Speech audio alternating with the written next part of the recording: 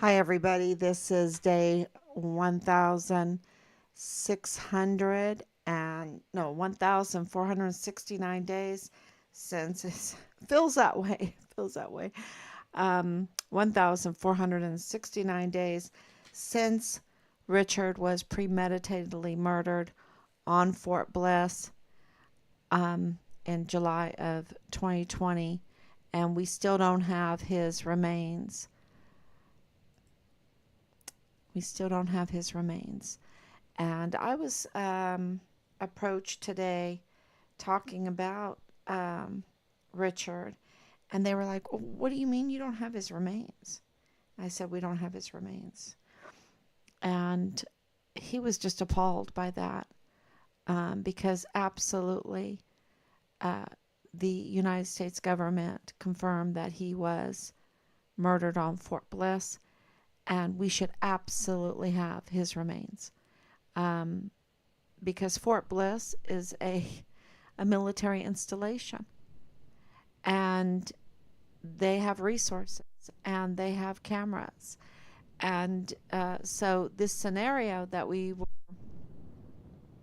given yesterday, you know, addresses the tampering with the video cameras and the choices of where the crimes were committed.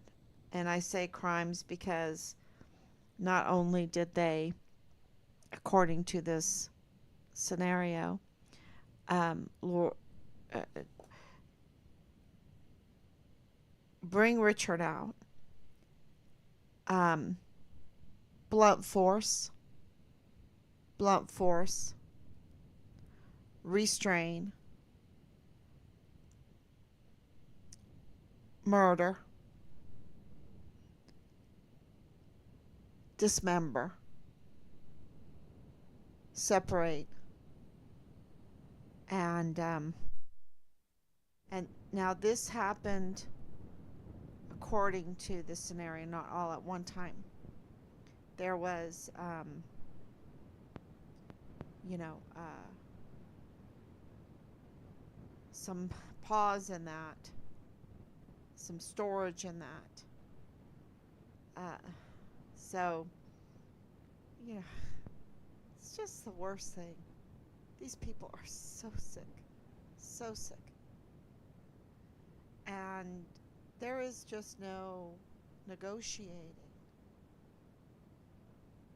with um, what is happening right now and what happened then with the crime committed against Richard um, and getting his remains. There's no negotiating. So, and that's clear. Um, and there has to be accountability in this, y'all. Because if there's no accountability, there it just gets worse and worse, you see. It the crimes will get worse and worse. There has to be a restraint in the evil. We have to restrain the evil. And what has been happening to children, what has been happening to all of Americans because of all the theft um, to our country, because when you have that much theft, that causes that much debt. And that makes people not happy, not very nice, not very friendly. You know, people in debt are not very friendly because they're under stress. When you're debt free, you're a much happier person, much nicer person, a much more giving person. And you can deal with other stresses so much easier because you're not under this debt stress. Debt stress is like the worst. It's so bad. So the thievery is, and I want to tell you that we corroborated that most of these people that are involved in the murder of Richard and in the murder case of Richard, they've all like submitted for bankruptcy. You know, they all have money problems. So even in all their thievery, they still, it doesn't solve their problems, you see, because there's no discipline there, there's no morals there.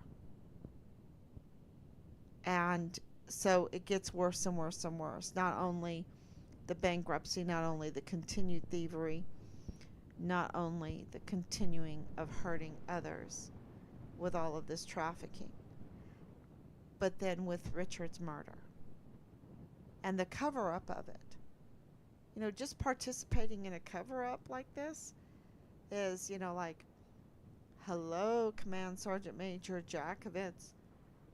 You're going to, there is no doubt in my mind that he participated in the cover up of the murder of my son.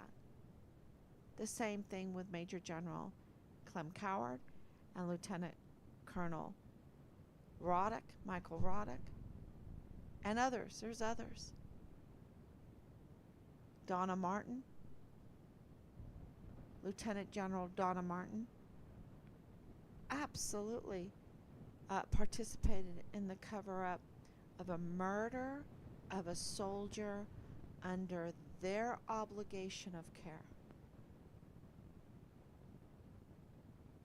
And there's more. There's more.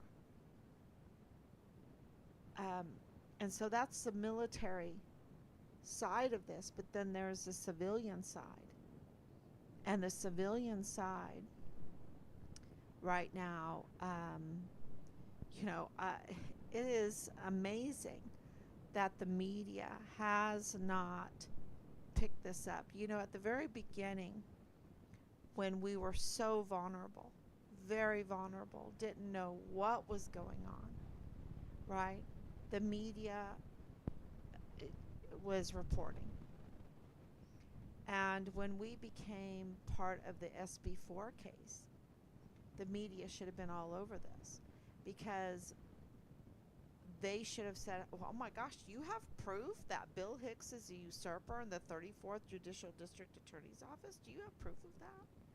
You know, you're getting into a federal case. A federal case with lots of attorneys. Lots of them. And do you have proof of what you're saying? And you know, what does this have to do with your son? And, you know, that should have been the question, and that should have been reported. That the family of the murdered Fort Bliss soldier, and at that time, you know, we didn't have the declaration of death, but, you know, they could have said, you know, this family alleges that their son was murdered, not anything else, just murdered, and that he was a whistleblower. That he was a whistleblower, and this was retaliation of a whistleblower, of corruption, of criminal trafficking. You know, what is them inserting themselves into the SB4 case, a federal case? What does that have to do with their son's case? And, you know, and then cover it, because Bill Hicks is a usurper in the 34th Judicial District Attorney's Office, the prosecutor for El Paso, that has refused to respond to us unless he is by law sending us a letter telling us that he's pleading with Ken Paxton to block our open records requests. So, you know, I have to try to obstruct justice legally here, and I can't be open communicating with the family that has been under so much retaliation themselves and threats and everything, which it's his duty to help us. let's just say he's a failure and a fake. He's a fake, fake, fake. You know how President Trump went to the, I think it was the black journalists talk or whatever, um, and he was like, Kamala, she can't get anything right. She's like a chameleon Kamala or whatever. I don't think he said that. I think that's my words, but he's like, she's a fake, fake, fake, and I'm a fight, fight, fight. I'm like, wow, wow. Bill Hicks is a fake, fake, fake. Bill Hicks is absolutely a fake, fake, fake. He is a trespasser, a usurper in the 34th Judicial District Attorney's Office. That's why that's why the cases are just being plea dealed out. That's why um, there's not one thing that has happened to this day in the Walmart mass shooting um, on a scheduling, not even a scheduled mental health evaluation for Crucius. I wonder um, if Madrano has even thought about that. I mean, I'm sure he has. I'm sure he has, Judge Madrano. Um, but he hasn't done anything. And why? Because solving the Walmart case, exposing the Walmart case, will then expose Richard's case, and vice versa. And vice versa. And we've done that. We've done that with Danae Katzen, with Jonathan Ambrose of Bliss Avenue, with Rosa Maria Valdez Garcia, Bliss Avenue, and, showed the connection. That's just one of the connections. There's more connections, but that's a big connection, and we have proof of that connection. So, Bill Hicks, he is absolutely a fake, fake, fake. He's working as a fake, fake, fake. And it's like his whole campaign is a fake, fake, fake. They haven't even really done anything with the campaign, have they? Right? I think even Montoya hasn't really done anything with his campaign. They haven't done anything with their campaign. Montoya is running against Bill Hicks. Why hasn't Montoya? Because we wrote Montoya. He knows. He knows that Bill Hicks is a usurper in the 34th Judicial District Attorney's Office. He absolutely knows. We wrote him. And we wrote not only all the SB4 attorneys, but we wrote as many as we could get, and there was a lot of them, every law school in the United States. Why did we do that? Because Bill Hicks was recruiting lawyers, and he's a fake, fake, fake. He's a usurper. He's a trespasser. He did not install properly. He is a disgrace. He's a disgrace to the whole legal system, the criminal legal system there in El Paso. He's a disgrace. And every lawyer, every young kid lawyer that worked very, very hard to get their law degree does not need to get conned by a usurper. And, do we have proof? Yes, we have proof. And do we have even more corroborating proof? Yes, because Bill Hicks, and the last time we heard, over 30 ADAs, so assistant district attorneys in his office, have resigned. They see the writing on the wall. They see what's going on. They don't want to be part of Bill Hicks' office. And I'm just wondering if that's why everything's so quiet when it comes to the campaign. And what does this have to do with Richard's case? Well, partially, we depend on him partially to get justice for to prosecute the perpetrators in Richard's case. Now, it's going to be state and it's also going to be federal, but we've heard and we've reported probably a couple months ago that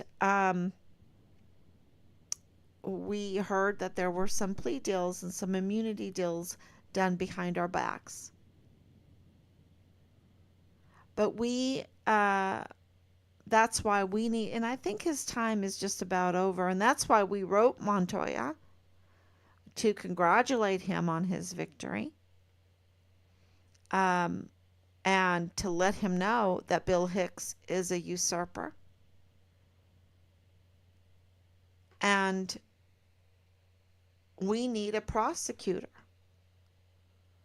The people of El Paso needs a prosecutor.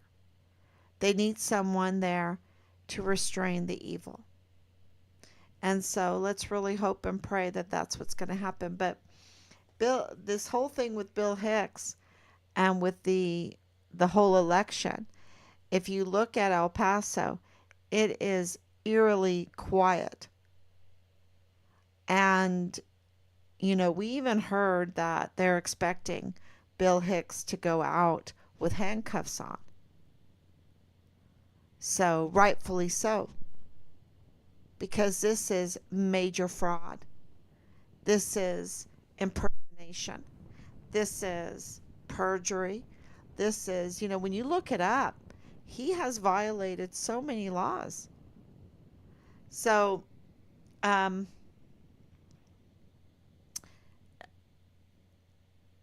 it can happen. But I think because everything is eerily quiet, so, things must be happening. Even on Montoya's, in Montoya's campaign, which is eerily quiet too. I don't know. I think he should let everyone know, right? I think he should let everyone know. So, getting back to Bill Hicks, we have absolutely done our utmost to document, to investigate, and to document and to file complaints against the situation. And is it personal for him? It's very personal because he's ruined his own life.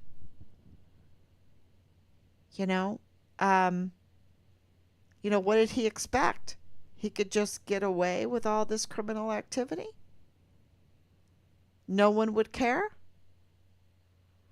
We do. We care. And so the letters are ongoing. The investigations at a state level and a federal level are active and ongoing.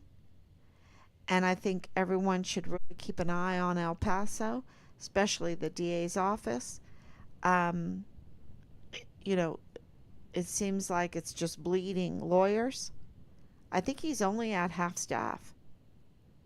He's only at half staff, which means, what does that mean? What does that mean if he's at half staff? It's very difficult for him to hire, and they see the writing on the wall. So that might be the first arrest, right? That might be the first arrest is Bill Hicks, and then I'm hoping that Mario Reskin Ortiz will be the next, because to take over the criminal judicial system there in El Paso, what you need to take over would be the DA and the chief medical examiner. The chief medical examiner is a judge, and for the cause and manner of death. So if you have any capital murder crimes, um, right now it's a botched case. You've got a botched DA and a botched criminal medical examiner. So, there's a lot of stories going along with around that we're getting about what happened to Richard as far as the cause and manner of death. And um, the reports coming to us is that he was shot in the head after being bludgeoned to death. Bludgeoned, not to death, but um, what is it called? Um, Blunt force. Using blunt force and then a shot to the head. Um, that is the information we're getting. You would think that the agencies would let us know and give us our son's remains. But there's so much cover up that has happened, and that absolutely the cameras on Fort Bliss were ordered to be turned off. We need to know that. We need to know that. We need to find out if the cameras on Fort Bliss, and I know that DES Thomas Kane could absolutely tell us, but that they were ordered to be turned off.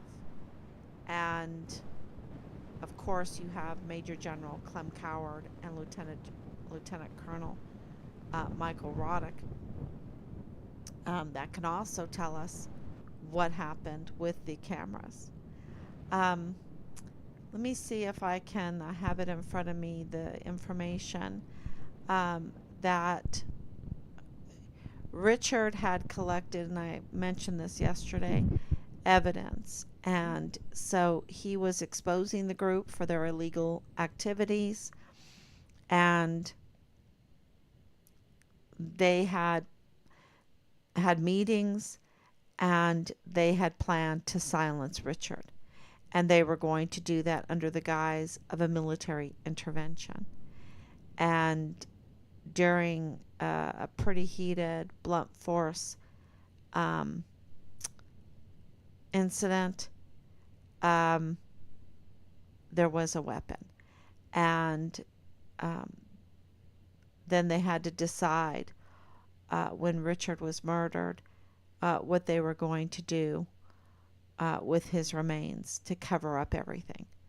And we're, this tactical move storage unit information that is once again popping its head up in this information that we got.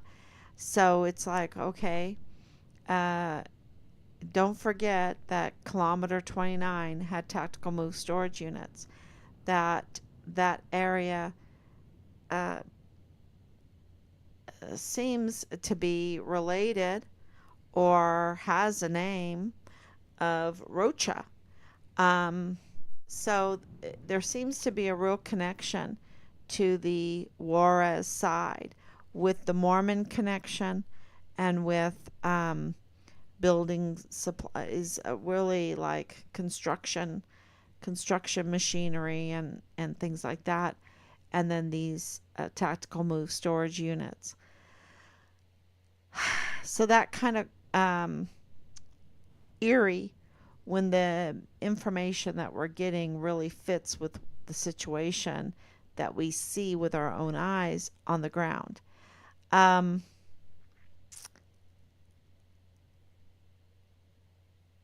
They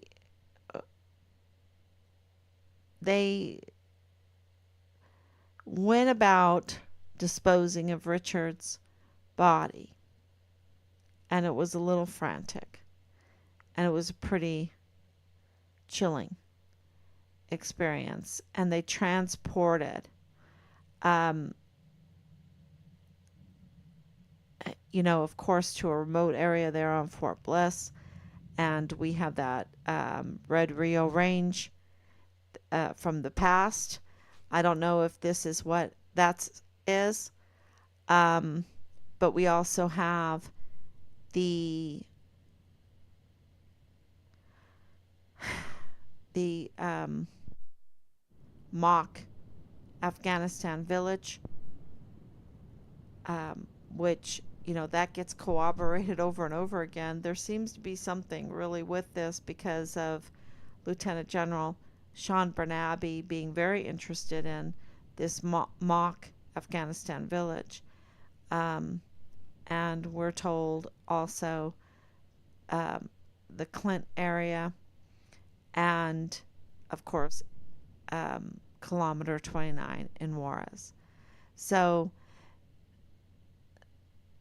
the information that we got yesterday is that this was organized.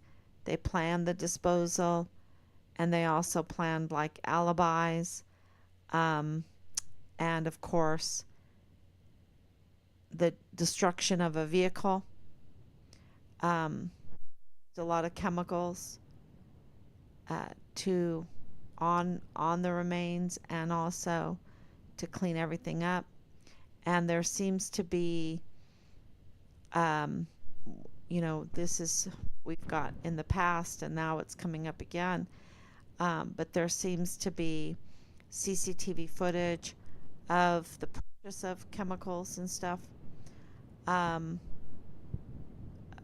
or supplies, and so that kind of corroborates that. But this all needs a good prosecutor, right? A good prosecutor, a good prosecuting office. And right now we have a usurper. So that's why this is so important to us. And to get to the bottom of who hurt Richard, get accountability. And it's kind of really weird because you would think that Instagram FitFam El Paso, which we now own, we own FitFam El Paso, FitFam El Paso, and then we did the assumed names of FitFam El Paso and the real FitFam El Paso. And you would think that they would absolutely cover that in the news, right? Oh, this family, they went and bought FitFam El Paso, LLC. I think that's newsworthy. Why would they do that? You'd think that the news would say, why would you do that? Um, and it's because when you have someone committing that kind of fraud on the community, when you have a murdered son and you've been through um, a cover up and retaliation for it. I want to know what happened to my son, and you get retaliated, you get threatened, you get bullied, you get intimidated, you get all these nasty, very sexually explicit um, messages sent to you day in and day out to intimidate you and to make you want to quit, to silence you, right? Silence you. And they've done more too. Yeah. It, no, you just don't give up. You don't give in to that. And you would think that the media would say, why did you buy that? Well, because you don't want them to, when you say, look, they're up to no good, and then they rush to cover themselves. Well, now he can't rush to cover himself. They can't rush, these military HR people, including Jules and Jed Chan. They can't just rush to cover themselves and rebuy that LLC, they have to answer some questions now. They have to answer some questions in an audit, right? A tax audit. And then also, when they answer those questions in a tax audit, they need to absolutely list their employees. They need to list who their associates are. And that's important to us because um, we the history of all of these LLCs needs to come out because you'll see all kinds of conflicts of interest, connections between these people. And with Bill Hicks, there seems to be a connection with these people legally. And that's why maybe he didn't want to do the anti-bribery, because he had conflicts of interest with purchase, and he had conflicts of interest with this rogue breakaway uh, original response team in Richard's case, and I believe in the Walmart case. And so if he had LLC connections, or he was a lawyer for the LLCs, you know, wow, he had some conflicts of interest. He couldn't really um, sign the statement of officer freely at the beginning. I mean, it's all botched. It's all botched. He's a usurper. And, so the evidence is absolutely there. There's no doubt in our mind. And, his whatever reasons, whatever motives he has for it, um, he's committing crimes now. So, and he's putting all of El Paso in danger. So that's why he needs to be arrested. So just pray that that happens. Okay, everyone, I know I'm burning the midnight oil, and it's been very well. Our daughter lives in South Korea, and they had this Mercedes Benz blow up in the garage where they keep their vehicles. They live in high rises there, and the garages are underground there's a park above it and everything. It's a huge underground area. And a Mercedes Benz that's a electric vehicle overheated and blew up. And so I did post a picture, and that's really concerning because the soot, even though the fire might not be close to your vehicle, the soot is very toxic and very very oily, right? And it just does so much damage. So I know it's up in the buildings. People's buildings are full of the smoke and the soot, including the building that our family lives in. So that is, we really ask for prayers with that. And hopefully their car is okay, but it's pretty bad. 177 firefighters were called to the scene. That's how bad it was. And you can see the pictures. The smoke is just incredibly toxic. 16 people went to the hospital. So yeah, here we are burning the midnight oil about Richard. And Richard joined the army from Korea. We were over in Korea visiting, and he told us on the phone that he wanted to join the army, and we're like, oh, hold on. Let's make you a ticket. Come and talk to us about it. And he joined from Korea. Now, there is a huge presence of U.S. military in South Korea, and a huge presence of ADA. Okay, my dad was ADA. Um, so that is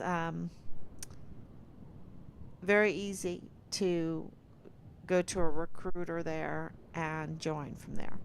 So that's what he did, became distinguished undergraduate for his cycle of basic training and AIT, got to his unit, saw a lot of corruption, started collecting evidence. That's what they didn't like.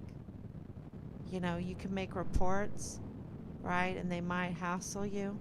They might give you that Feel Great Article 15 or whatever, or just an Article 15 just to scare you.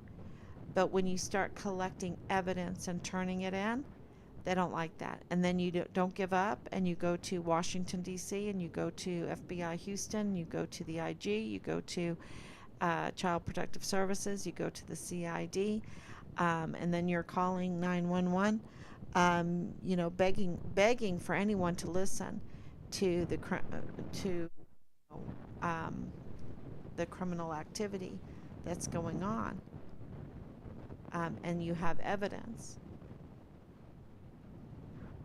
And we absolutely know that he had evidence. We have all kinds of information, and you know, and then his belongings and all of that stuff, that was all tampered with. You know, he had more than just a Christmas tree and a few clothes, um, and Christmas decorations. We're very happy that we got those, but he had more than that. We know that the whole car issue, we were lied to about the whole car issue. And his phone issue, his phone was taken away. We know that now. Um, we know where the car is. We know who those people are. Um, there's conflicts of interest, y'all. So we're focused on getting Richard's remains and getting accountability. Um, so when it's this kind of involvement and all of these very big crimes and then all these little thievery crimes, um, yeah, I think it's going to be something to get the accountability. And we did it with the declaration of death. And so it can be done. This is a government.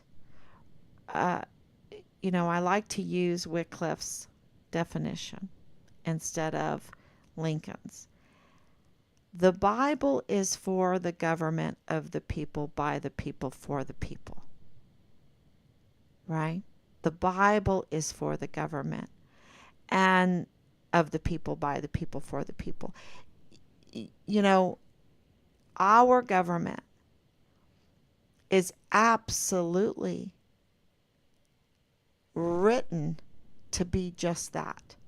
The laws are written to be just that. And that's why they spend so much money on media and their campaigns, because we have not realized our power of the people and for the people and by the people. It's not by the criminal syndicate, even though you would say, oh my gosh, there's a criminal syndicate. But the way the laws are written in our favor, for us. And they do this psyop to say, you'll never be able to win. So quit now. You'll never be able to get justice. You'll never be able to get accountability. So just quit now. And you're like, really? Wait a minute. Wait a minute. The way the laws are written, and you know, you might not know how the whole system works, and that's a problem, because you almost need to get a law degree to make this all work. But we have tools to help us. And you know, if you stay calm and you're patient and you document and you collect and you document and you file and file and file, you can really get somewhere. And it's all in God's timing, but you can do it. And so I want to encourage everybody to, you know, participate. Participate in the open records requests. Know what is going on in your local government.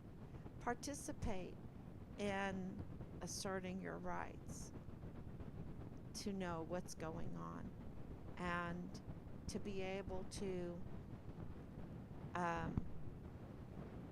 demand morality, demand that the laws are followed, that the finances are proper. Because let me tell you, there's a lot of thievery going on, a lot of thievery. And so, I'm very encouraged with what we're getting back right now. I think we're on a really good path. I think the first one is going to be Bill Hicks that we get accountability for. I think Bill Hicks. I wish it was Dallas Hart. Just to get to the bottom of this, because he is a prime suspect, and I'd like to know what he has to say about it, right? And convicted criminal Lalani Hart, I'd like to know. But I think the first one will be the usurper. And then, we'll see what Mr. Montoya does in office.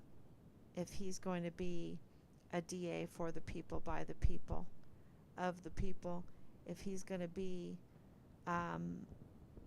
one that takes his oath seriously and defends the Constitution, we'll see. We'll see. So there's a lot of talk, but you never know. You never know. Okay, thank you so much. God bless you, and I will be back tomorrow, God willing. God willing. All right. Good night, everyone.